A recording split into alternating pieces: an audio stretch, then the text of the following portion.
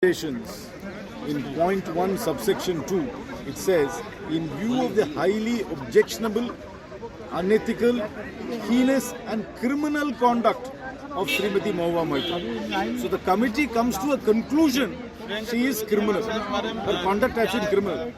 But in the next line, it says, the committee recommends for an intense legal institutional inquiry by the government of India in a time-bound manner. After finding somebody criminal, why are you asking for an inquiry? This recommendation itself is completely contradictory. I do not know who drafted this. The person who drafted this has to read it again. In point 2 it says, they are finding her criminal and then asking for an inquiry. How is that possible? It is, I am finding you guilty, then I am asking for a trial. And secondly, if you are finding somebody criminal, you must follow principles of evidence, principles of natural justice, and procedure must be followed. The accused can cross-examine the accuser.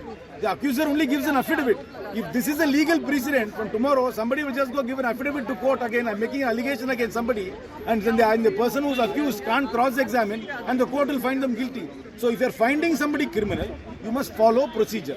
What is the procedure? Natural justice and evidence. You are not allowing cross-examination. But after finding somebody criminal, why are you asking for a time-bound inquiry? The recommendation itself is faulty. In fact, it's very sad that this parliament today has accepted a recommendation which is completely faulty. And secondly, asking her to be expelled is a cruel and unusual punishment for the apparent charges. So this is a kangaroo court. As I've always said one thing, people must understand.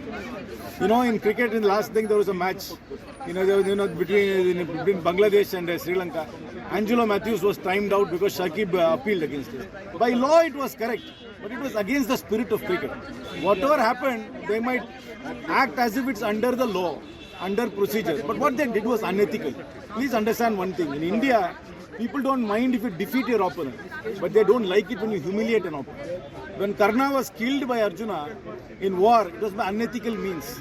By taking away his kavach, by forcing an eclipse, which was thinking it was sunset, getting his chariot stuck in the mud.